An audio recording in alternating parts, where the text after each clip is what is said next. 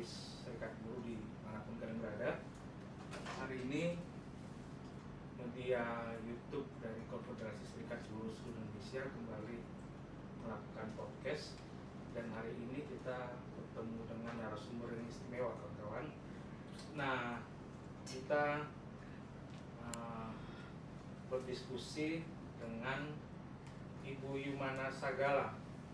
Beliau ini Ketua Dewan Pengurus Cabang atau DPC Federasi Serikat Buruh Garmen Kerajinan Tekstil, Kulit, dan Sentra Industri atau disingkat DPC FSB Gartex, afiliasi dari KSDC. Ketua DPC FSB Gartex KSDC Jakarta.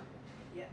Nah, berkenalan, mungkin kalau kita berkenalan dengan Ibu Yumana, seorang aktivis Serikat Buruh, latar belakang perempuan suku Batak.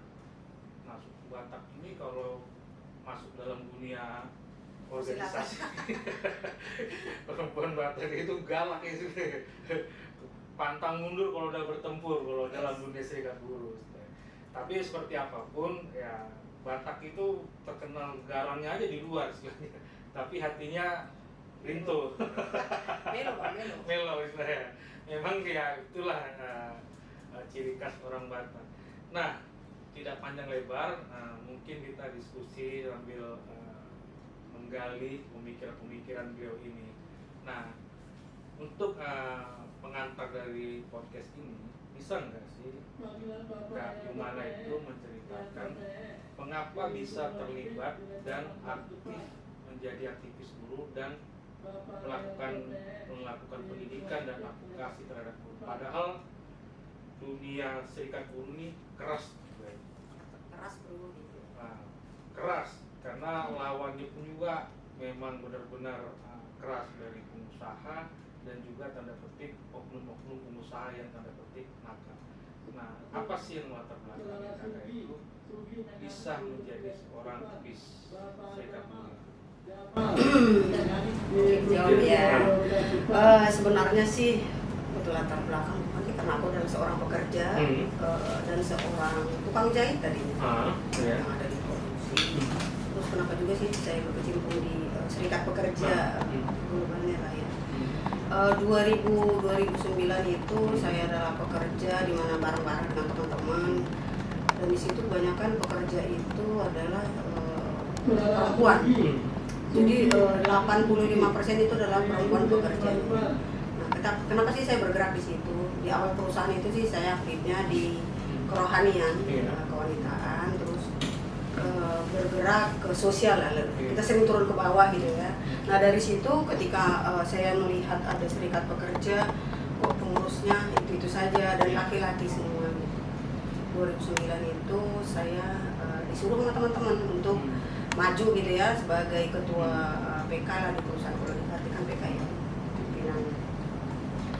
Nah, ketika saya berkecimpung atau didaftarkan sebagai calon ketua, dari 4 itu saya sendiri perempuan, dan ketika udah pemilihan suara dari 3.000 karyawan memilih saya itu 2.500.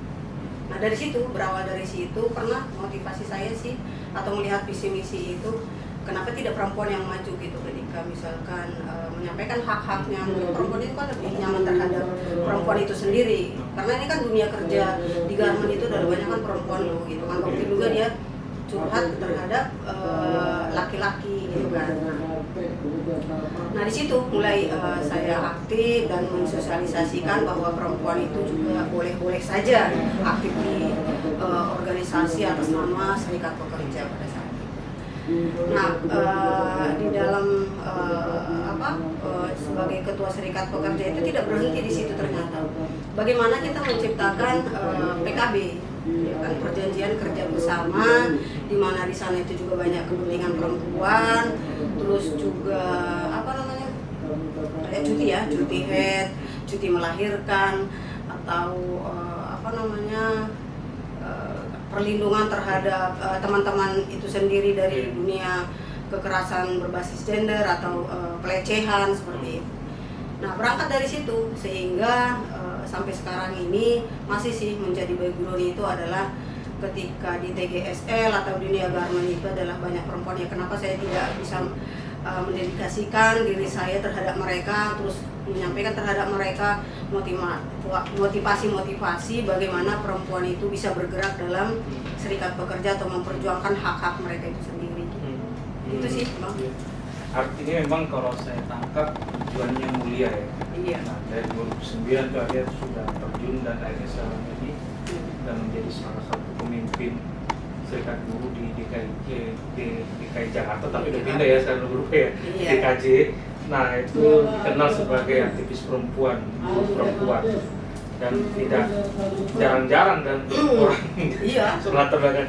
Nah kalau pengalaman Bu Yumana ya dari 2009 itu kan seorang perempuan lahir dan dibesarkan dari lingkungan industri pabrik yang dominasi adalah perempuan.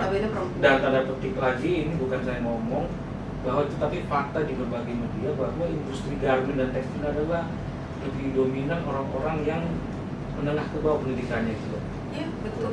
Artinya diterbongkar juga banyak kasus-kasus diskriminasi terhadap kesetaraan gender. Ada juga kejahatan terselubung kekerasan seksual dan kekerasan berbasiskan gender. Nah, dari 2009 sampai hari ini, apakah itu masih terjadi praktik-praktik coba atau memang ada sebuah perubahan? Dan tanggung jawab Anda itu sebagai ketua cabang dan juga panggilan Anda membela hak-hak kesetaraan gender itu, apakah memang hari ini sudah ada perubahan atau masih jalan di tempat? Kalau terkait dengan kekerasan atau pelecehan di tempat kerja itu udah semakin berkurang sih.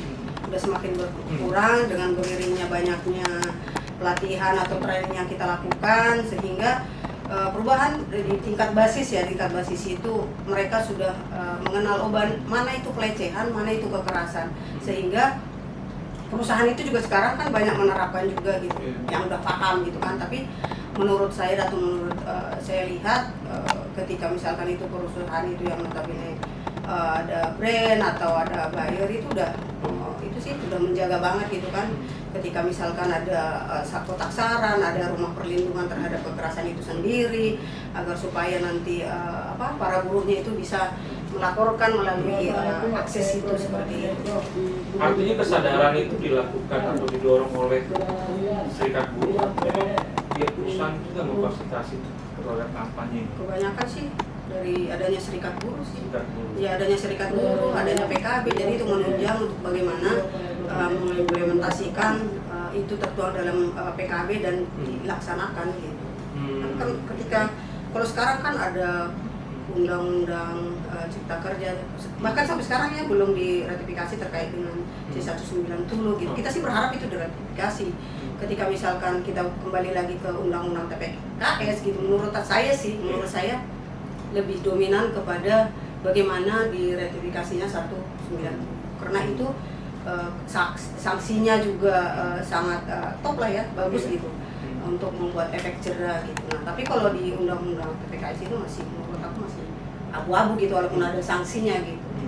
Jadi gitu.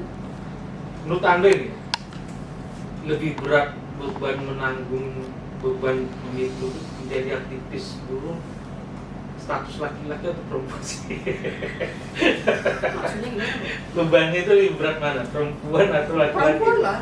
Sebagai aktivis itu? Iya, sebagai aktivis itu adalah perempuan. Karena kan kita sendiri akan mengimplementasikan bagaimana teman-teman paham akan itu, dan kita juga menjaga diri kita. Ya kan, apakah kita menjadi pelaku?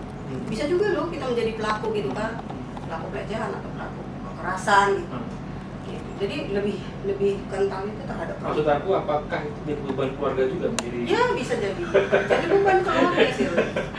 Karena Suami atau ini kan karena sering keluar melakukan pendidikan pelatihan. Banyak ya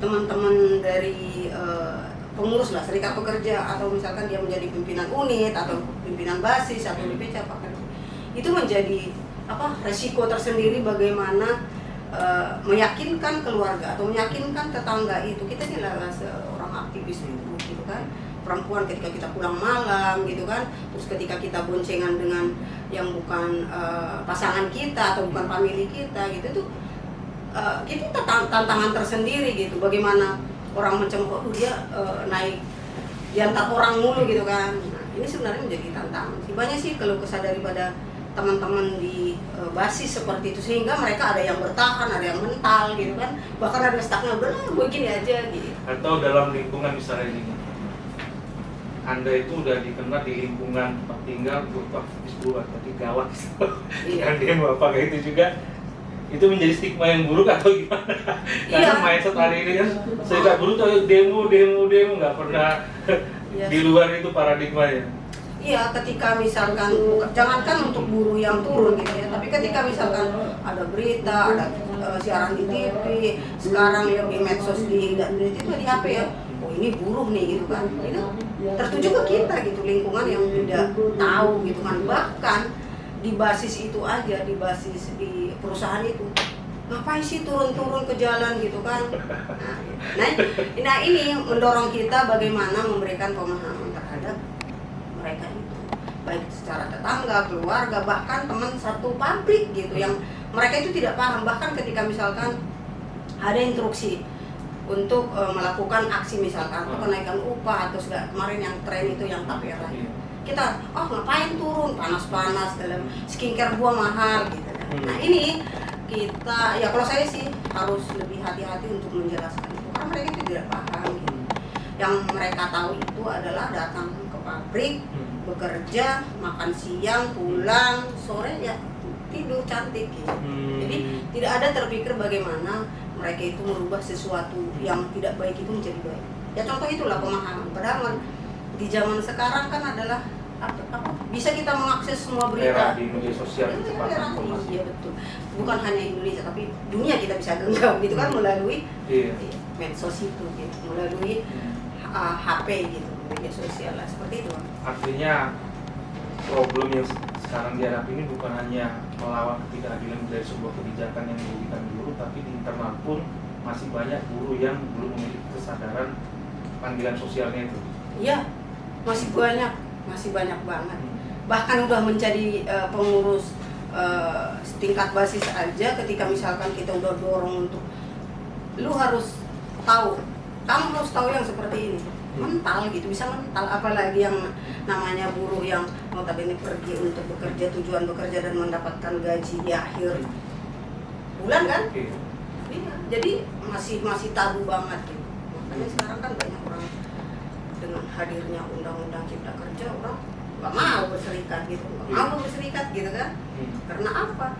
Kontrak kerja yang pendek gitu kan, yang membuat mereka jadi rasa ketakutan gitu, ketakutan lu berserikat, nanti saya berserikat kontrak saya diputus. Jadi itu berkesinambungan, Pak.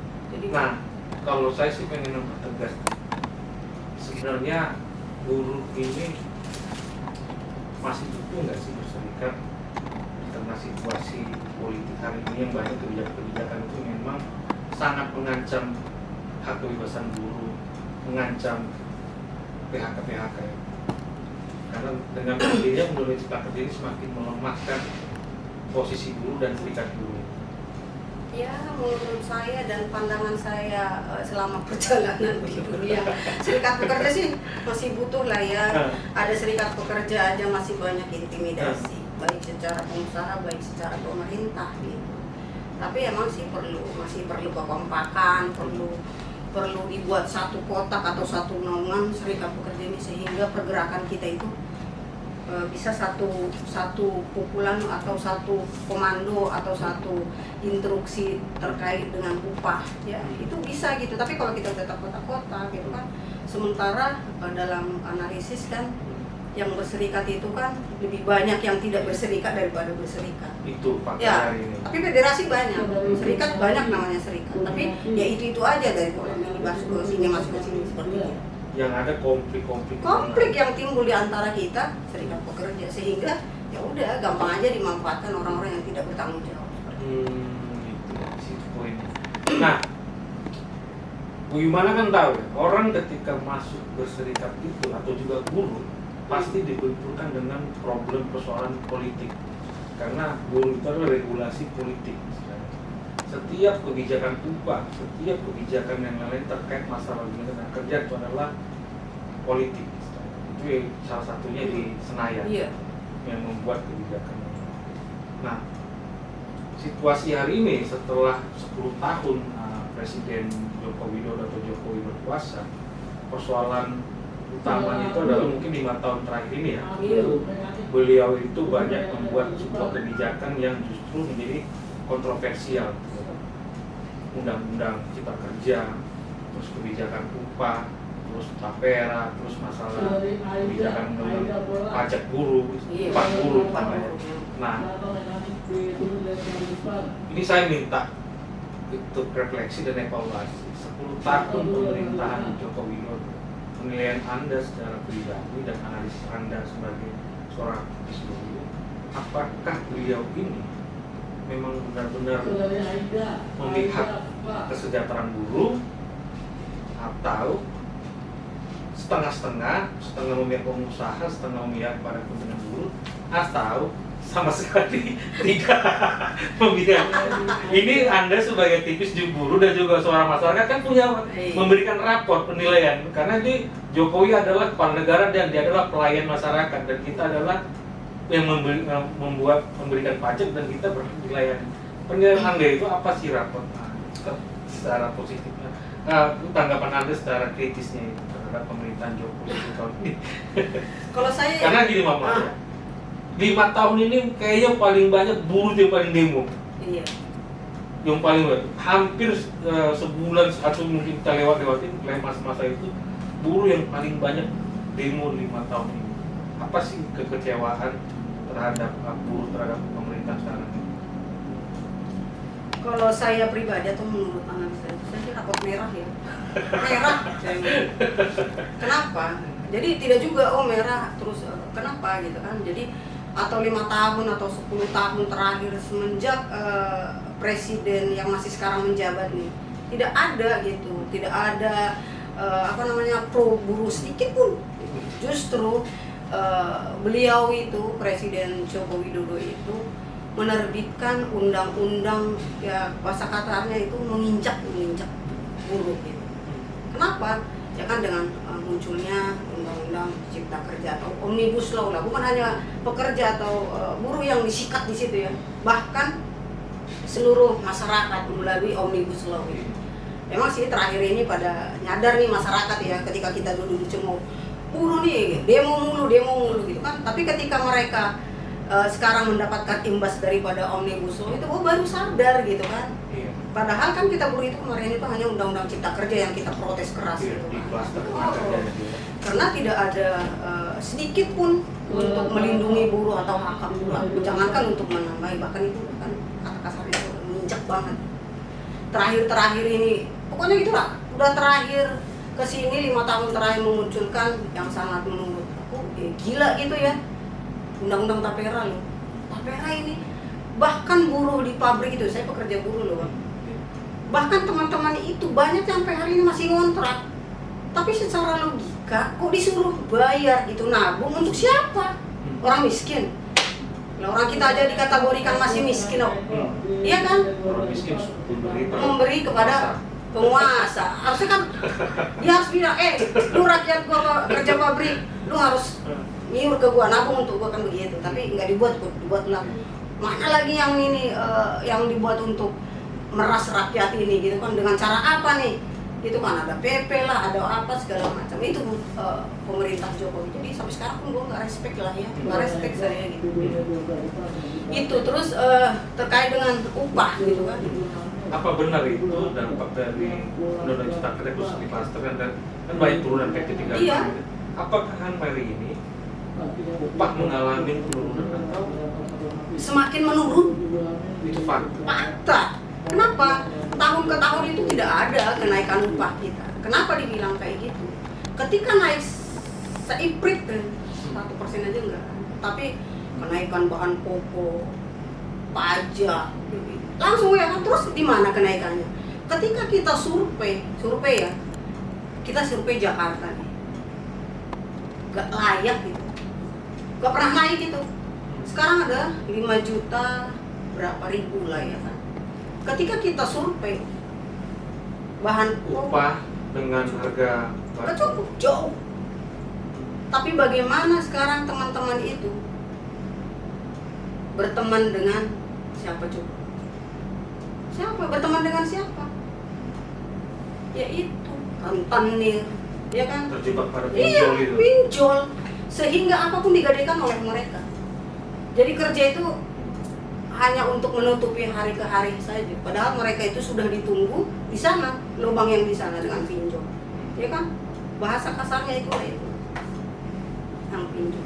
Apa kakak yakin yang selama ini sering beredar di media sosial terkait dalam Indonesia kerja itu adalah hasil produk penguasa dengan kelompok oligarki? Ya itu benar. Ya karena kan itu mungkin ya kalau saya bilang nanti maaf banget, itu bagian daripada janji kampanye 10 tahun yang lalu terhadap oligarki, dan disahkan itu 5 tahun terakhir ini gitu, diberikan itu 5 tahun terakhir ini gitu. Artinya orang Indonesia nggak crack. Yo, ya dong. Ya sekarang coba kembali lagi kita terhadap pengangguran, ya. Pengangguran bang, yang sekarang yang janji 10.000, ya kan, membuka lapangan kerja. Ada membuka cuma 2 lapangan kerja, ya kan, untuk anak-anaknya. Terus yang 98.000 itu 98 sekian gitu kan, mana gitu. Nah, tapi ya kita sih udah berjalan ya dengan terseok-seoknya saya dan teman-teman bagaimana berjuang sampai hari ini. Gelombang PHK atau upah tidak naik. Menurut saya sih nggak naik ya, walaupun ada kenaikan upah, ada skala upah itu nggak ada. Ketika kita survei itu nggak ada kenaikan. Justru kita selalu menolak. Karena apa? Mungkin secara global atau secara teman-teman di tingkat pabrik naik upah saya gitu kan. Tapi mereka tidak memikirkan atau mereka tidak merasa bahwa kenaikan kebutuhan pokok itu ya kan akan menelan itu. Subsidi BBM selesai, listrik selesai, bahkan pajak kita dinaikkan kan, PP 21. Iya. Terus naiknya di mana? Artinya daya serap, daya beli masyarakat itu Nurun. lagi. Iya, karena itu. Kalau misalkan kenaikan, seperti sekarang ini, kenaikan upah 10-15%, ya saya sih maunya begitu ya kan. Ketika kita buat upah di Jakarta 5,8 dengan kebutuhan sekarang belum balance sebenarnya. Tapi ada juga kan dari hal yang positif yang seperti di media sosial itu. Jokowi juga berbuat baik terhadap buruh. Maksudnya di zaman COVID dia banyak sekali memberikan bantuan sosial. Bagaimana kapan bagaimana itu? Cuma satu kebohongan publik itu. Ya kan, COVID dijadikan sayembara bahwa pemerintah membantu rakyatnya. Nah emang duit dari COVID itu, sumbangan itu dari siapa? Ada dari uang pribadi atau pemerintah sendiri? Itu kan dari pajak rakyat ini loh gitu kan, yang diakomodir atau diambil dari mana aja untuk menutupi. Dan ladang korupsi ya kan? Ada indikasi kemarin iya. bansos di COVID di masa COVID bansos itu banyak, dan KPK sekarang mulai menyiapkan masalah itu. Ya semoga mereka pada ketangkap deh, nggak tertangkap di dunia, tertangkap di kubur. Tertangkap di akhirat nanti. Nah, artinya kesimpulan Bu Yumana dalam urusan ketenagakerjaan raport Jokowi 10 tahun ini merah ya. Rapot merah. Gitu ya. Ini benar-benar tegas ya. Nah, kita kembali lagi. Sekitar hampir 3 tahun ini dunia sedang mengalami resesi global, dan ekonomi negara-negara maju pun itu sekarang jalan tempat, dan Indonesia itu Rontok. sebenarnya rontok, tapi kalau kemarin itu Pak Jokowi bilang aman-aman aja. Ekonomi Indonesia naik tetap bertahan di 5%. Nah, tapi ini kan kita nggak tahu ya, di fakta di lapangan seperti itu yang mana kan langsung bersentuhan dengan kawan-kawan buruh, dan itu merasakan benar atau tidak.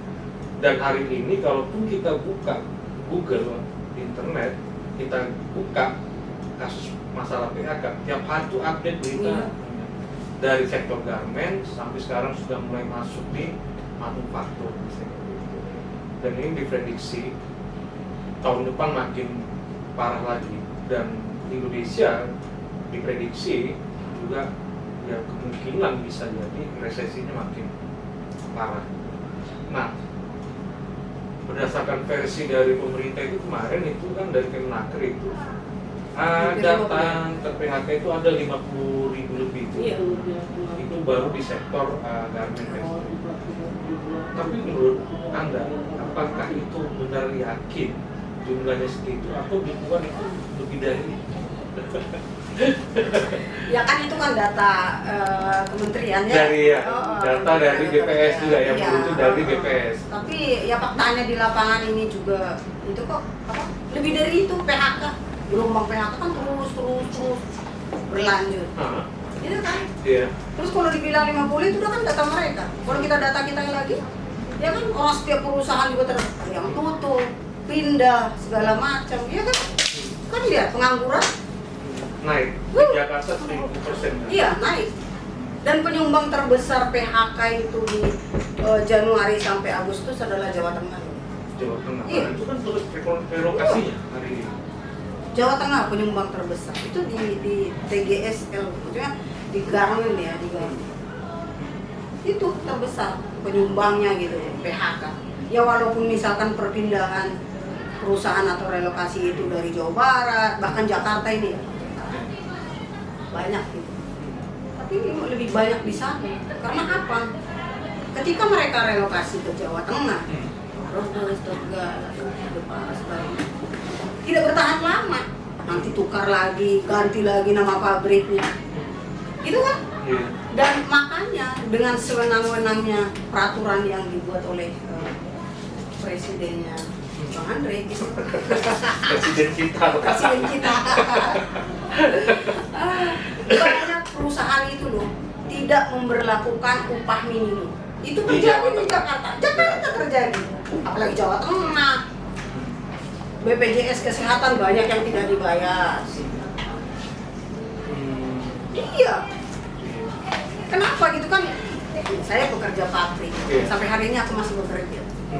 Dan sampai hari ini saya masih menerima laporan pelanggaran yang terjadi di pabrik-pabrik yang tidak melaksanakan upah minimum. Padahal udah minimum loh. Iya. Belum di level minimum. Banyak di bawah minimum. Baju 4 juta, 4.200.000 padahal kan upah minimum DKI di Jakarta itu kan Jakarta lah ya. Jakarta itu adalah 5 juta, sekian, 0 sekian. Hampir mencapai 5 juta. Artinya sistem perbudakan modern masih. Ya, masih banyak. Tapi di mana hadirnya pemerintah? Wah, kalau dibilang menakar, datanya 50.000 yang sudah terkena, belum lagi penyiksaan, belum lagi perbudakan, ya kan? Masih banyak terjadi di lingkungan kita ini banyak. Ya, itu mengatasnamakan pabrik orang asing loh, pabrik orang asing, Korea, Taiwan, banyak di sini. Terus tanda petik mereka hanya mengeksploitasi tenaga. Iya. Dengan kadang ya banyak juga perusahaan itu udah kerja aja dengan baik daripada perusahaan ini nanti bangkrut atau tutup gitu kan. Ya kalau saya pribadi sih mau tutup ya silahkan, mau bangkrut ya silahkan, lu pergi lu ke negara lu gitu kan. Tapi selesaikan. Walaupun undang-undang ketenaga kerjaan di Indonesia ini sebenarnya belum pro buruh, tapi pengusaha itu banyak nakal, masih memperlakukan upah di bawah UMP gitu kan, udah minimum sampai si minim-minimnya. Tapi tetap aja gitu kan. Ya kadang karena ekonomi tadi kita didesak untuk membayar utang, pinjol segala macam, anak-anak yang butuh sekolah segala macam, ya kan? Ya mungkin tadi kembali lagi kepada Omnibus Law. Ada nggak sih tersentuh di sana terkait dengan pendidikan? Ada, sehingga kurikulum berganti-ganti ya. Sehingga anak-anak kita itu atau anak-anak teman-teman itu mengeluarkan banyak uang gitu, dana. Oh iya, sekolah negeri tidak berbayar. Kata siapa tidak berbayar? Sekarang ada kualitas pendidikan anak-anak guru ini. Iya, tidak akan Kita pernah. kan lulusan SMA pasti berharap anak-anak ini Lebih dari SMA. Tapi dengan ekonomi yang sekarang ini, saya pastikan itu ya bahkan ngadat, walaupun sampai ke jenjang universitas ya, bahkan terseok-seok dengan utang. Karena ini udah terjadi gitu kan. Bahkan teman-teman itu banyak yang mengundurkan diri, bahkan minta resign dari pabrik itu hanya untuk menginginkan untuk mencairkan jaminan hari itu, Pak. Kenapa mereka mengharapkan itu untuk menutupin pinjol tadi yang semakin hari semakin besar, kan itu harus ditutup kan, bunga akan berjalan terus. Nah mereka yang mengharapkan itu jaminan hari tua padahal, ya kan? Apalagi kemarin sempat juga sampai itu mau dicicil gitu kan, sampai berapa tahun baru boleh dicairkan. Ya itu cuman itu tabungan buruh gitu. Artinya sampai hari ini penguasa hanya masih memberikan karpet merah pada oligarki. Masih, tapi nggak tahu nanti ke depan. Kita belum tahu kan, ya kan? Kepemimpinan ke depan presiden yang terpilih, semoga sih ya nggak copy paste gitu kan. Berharap sih ya cemas-cemas juga. Nah, bagaimana? Ini kan Jakarta hari ini sedang memasukin pilkada ya. Tapi kita tidak urusan pro A, pro B, calon-calon ini, tapi kita melihat menegaskan keberpihakan buruh, kepentingan buruh ya. Iya. Nah, kalau kita lihat ya di zamannya, ini hal yang positif ya, di zamannya Anies Baswedan pas gubernur kemarin itu ada keberpihakan dia itu, terutama memberikan program kartu pekerja ya.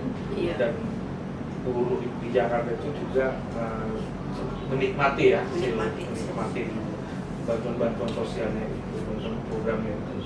Nah, kita nggak tahu siapapun nanti gubernur dan wakil gubernur terpilih ini apakah melanjutkan program itu khusus di program kartu pekerja ini, atau mendewet diganti dengan program-program lain. Tapi memang kalau saya lihat kemarin itu ada salah satu calon memang akan meneruskan hal-hal yang baik dari gubernur-gubernur sebelumnya. Misalnya akan meneruskan KJP, atau tidak, kalau ada Ahok atau Anies atau siapapun kalau itu yang bagus kita lanjutkan. Tapi belum ada kalau aku lihat yang menyinggung masalah kartu kerja.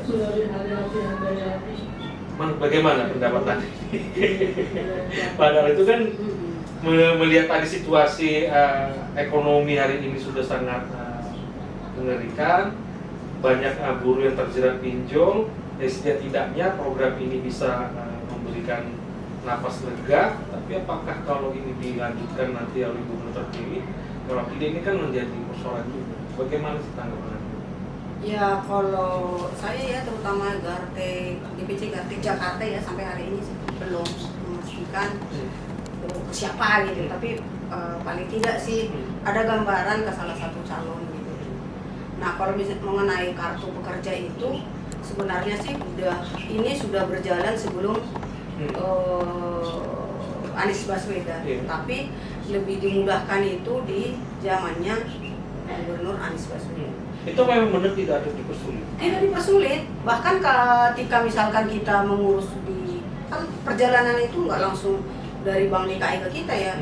Jadi perjalanan itu kita dalam buat berkas file minimal bahwa kita adalah pekerja gitu, yang gajinya UMP. Nah itu kita buat terus surat pengantar dari perusahaan terus ke dinas. Nah dari dinas itu baru ke Bank DKI nanti, baru kita keluar nanti ada nggak namanya. Jadi, lebih euforia lagi sih ketika di zamannya Anies Baswedan itulah pertama muncul apa bahasanya? Launching pertama itu adalah kebetulan di tempat saya kerja gitu kan. Nah waktu itu zamannya Anies Baswedan. Ya itu memudahkan sekali.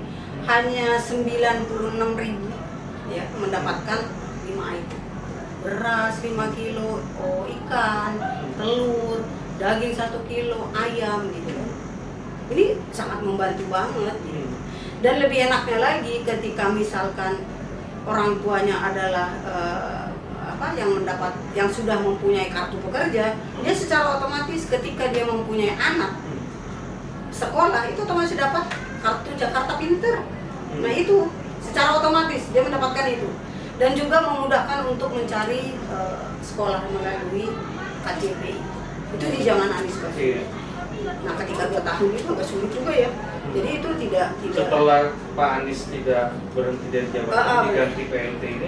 Di PLT ini nih agak membengongkan gitu kan. Bahkan teman-teman itu banyak yang tidak mendapatkan kartu Jakarta Pintar.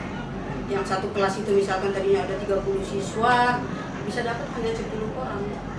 Nah ketika di zaman Anies Baswedan itu ya bisa dapat 20 orang gitu. Nah itu lebih ini Mas Bang, lebih diperkecil Jadi Anda berharap siapapun gubernur dan wakil gubernur terpilih program itu tetap berjalan? Iya, bahkan menurut saya itu harus lebih baik. Kan kemarin udah baik nih di zaman Anies Baswedan. Kita jangan bicara PLT karena banyak kebijakan-kebijakan sebenarnya nggak perlu juga terhadap kita buruh di DKI Jakarta. Tapi menurut saya ya itu peluang bagi paslon-paslon yang 3 ini. Ya siapapun itu sih mengenai kartu pekerja itu, karena kita udah terhimpit dengan ekonomi, dengan upah yang masih tidak layak gitu kan, mendapatkan itu menurut aku sangat membantu banget. Karena kan kita akan makan daging tiap bulan, ya kan? Untuk stunting lah program. Ya tidak stunting. Program stunting lah. Nah kalau misalkan nanti itu dicabut atau dibuat dengan program yang lain, ya menurutku ya sangat merugikan. Itu kemunduran berapa langkah ke belakang gitu ketika itu ditiadakan atau makan dipersulit lagi gitu. Nah poin ini juga, Anda itu kan buruh perempuan ya, sangat punya kepentingan untuk memperjuangkan perempuan, khususnya perempuan pekerja ya di Indonesia. Nah baru-baru ini ya itu kan sudah ada disahkan oleh pemerintah, itu hal yang positif adalah undang-undang ibu dan anak ya. Apa namanya? Kesehatan ibu dan anak. Kesejahteraan ibu dan anak. Nah, di mana beberapa pasalnya itu adalah tentang maternity ya, Pak. Iya. Cuti hamil itu 6 bulan ya. Iya. Dan suami juga mendapatkan 3 bulan juga. Keren, ya? Itu kan terobosan baru lah yang kita harus apresiasi lah dari DPR dan pemerintah gitu ya. Nah itu juga langsung diadopsi dari negara-negara yang sudah menerapkan itu. Nah, tapi kan undang-undang itu kan memerintahkan, pasal itu adalah pemerintah dan pengusaha-pengusaha wajib mensosialisasikan itu di perusahaan masing-masing. Itu kan perintah ya, bukan kita yang memaksa, tapi itu memang udah perintah. Anda itu adalah besar di basis lingkungan perusahaan atau pabrik dan juga bisa menjadi sebagai pemimpin dan serikat buruh. Apakah sosialisasi ini sudah terrealisasi atau sudah dijalankan? Saya jawab ya Bang ya, itu kan nol besar. Kenapa saya bilang nol besar?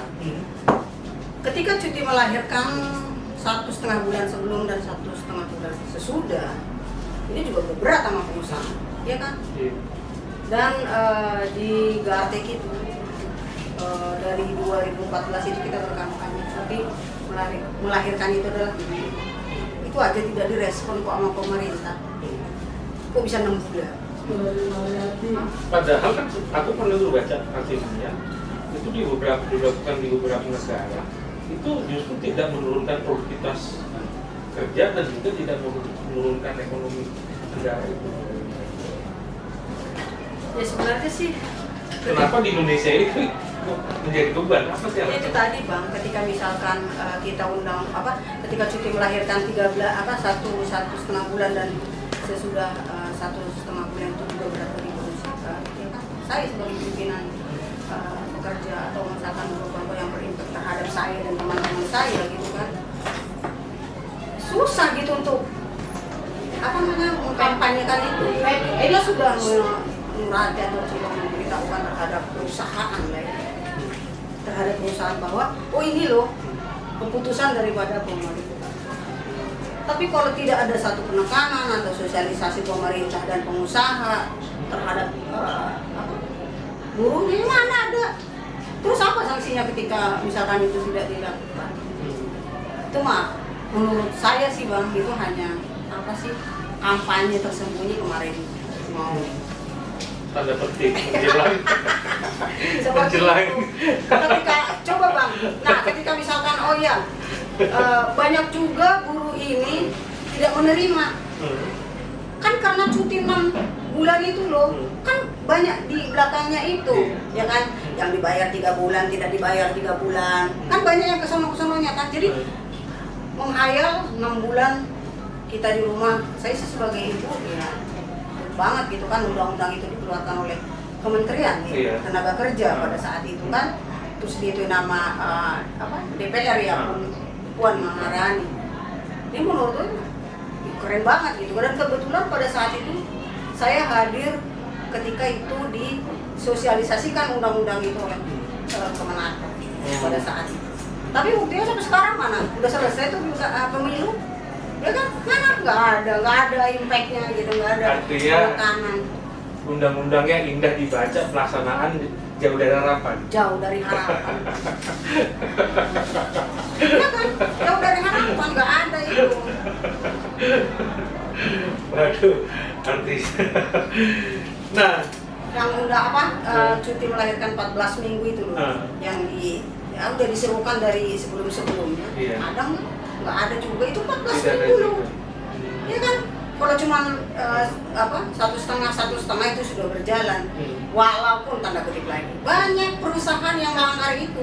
Ada juga perusahaan-perusahaan yang tidak memberikan itu 1,5 dan sebelum 1,5 dan sesudah 1,5. Iya kan? Kita dari 2000 berapa itu Gartek ya, bersama dengan teman-teman federasi lain mengkampanyekan penambahan cuti melahirkan itu. Mana? Ada nggak? Ini poin-poin cuma 14. Terakhir ini kan. Kakak tadi ataupun kita juga ya di kalangan aktivis buruh bahwa situasi pergerakan buruh itu sedang mengalami degradasi, penurunan kualitas karena banyaknya konflik-konflik internal, perpecahan sehingga ini dimanfaatkan oleh kekuatan lain. Terus akibat konflik ini posisi tawar pergerakan buruh itu kecil. Bahkan semakin hari gerakan buruh itu semakin tidak seperti dulu. Kalau dulu itu sangat mayoritas ya, sekarang semakin menurun kuantitasnya. Nah, apa sih yang kakak ada harapan gitu? Bagaimana mengembalikan roh gerakan buruh? Saya berharap sih para elit-elit atau pimpinan buruh yang mengambil keputusan ya bersatu aja. Kenapa saya bilang bersatu? Ketika kita terkotak-kotak, Assalamualaikum. Ketika kita terkotak-kotak atau ketika kita misalkan membuat acara-acara tersendiri, itu tidak menjadi bergening untuk pemerintah dan pengusaha atas apa yang kita tuntut. Tapi ketika kita membuat satu barisan, satu kotak, satu atas nama buruh nih, atas nama buruh, tapi dipimpin oleh serikat buruh, menurut aku impact-nya itu besar. Kita akan dilihat gitu kan. Nah kalau kita terkotak-kotak, kadang di sana ini, di sana bendera ini, itu adalah jalan masuknya orang-orang yang memanfaatkan. Ketika pimpinan buruh itu tidak amanah, ya kan, dengan sumpahnya sebagai pemimpin, selesai sudah gitu. Tanda petik menurut Anda, pemimpin ini sudah menjadi elitis? Iya Bu, iya. Kegresuk lagi. Nah iya, karena banyak juga kepentingan. Ya kan, ya kalau kayak saya buruh pabrik kan, kepentingan saya apa? Ketika saya menyuarakan upah layak sesuai dengan apa yang sudah dikampanyekan misalkan oleh pemerintah, mau menjadi presiden atau misalkan pun DPR segala macam, itu aja dilaksanakan menurut aku. Gue aja tidak ada kepentingan lain. Ketika dilaksanakan berarti saya dan teman-teman saya, bahkan nanti sampai turunan kita akan mendapatkan manfaat itu dari hasil perjuangan kita. Nah kalau sekarang apa? Karena kita udah terkotak-kotak, sehingga walaupun yang kita suarakan itu satu suara, tapi tidak bersama, itu akan menjadi lemah. Anda itu kan bukan hanya ketua DPC ya, tapi diminta juga oleh pengurus pusat di DPP Kartika SBC sebagai wakil ketua bidang program. Ya berarti konteksnya sudah bicara statement-statement nasional juga termasuk. Nah, ini kan menjelang bulan ini adalah Presiden Joko Widodo itu kalau kita lihat juga Lengser. Sebentar lagi tahta kekuasaannya itu akan berakhir dan diganti oleh Prabowo Subianto adalah presiden yang terpilih untuk periode sampai 2029. Nah, tanggapan Anda, apakah presiden yang akan terpilih nanti itu mampu merubah situasi kesejahteraan buruh dan hak-hak buruh itu lebih baik atau jalan di tempat? Ya, sebagai manusia atau sebagai kita buruh, saya di tingkat basis berharap sih ada bedanya dalam menyikapi kebijakan untuk buruh Indonesia. Ya karena apa? Kalau misalkan masih copy paste, kita nggak usah bilang ini enggak. Kalau ketika dia yang sudah terpilih, presiden terpilih sekarang, copy paste dengan yang kemarin, ya sama aja, ya kan? Lu lagi gitu. Tapi ketika kita kan nggak tahu nih, belum berjalan. Ketika misalkan presiden menteri-menterinya yang sesuai dengan ahlinya, ya menurut aku baik-baik saja gitu. Ya walaupun nanti perjalanan itu akan lambat gitu. Tapi ketika itu sudah menjadi bagian dari misalkan Menteri Tenaga Kerja paham dengan tenaga kerjaan, Menteri Pendidikan paham dengan pendidikan, dia akan berjalan dengan baik. Tapi ketika itu diberikan terhadap orang-orang yang tidak mengerti terkait dengan tenaga kerjaan, ya udah masalah itu kan copy paste. Iya. Atau idealnya Menaker nanti itu ekonomi profesional backgroundnya atau basicnya dari aktivis serikat kerja atau serikat buruh. Ya minimal begitu.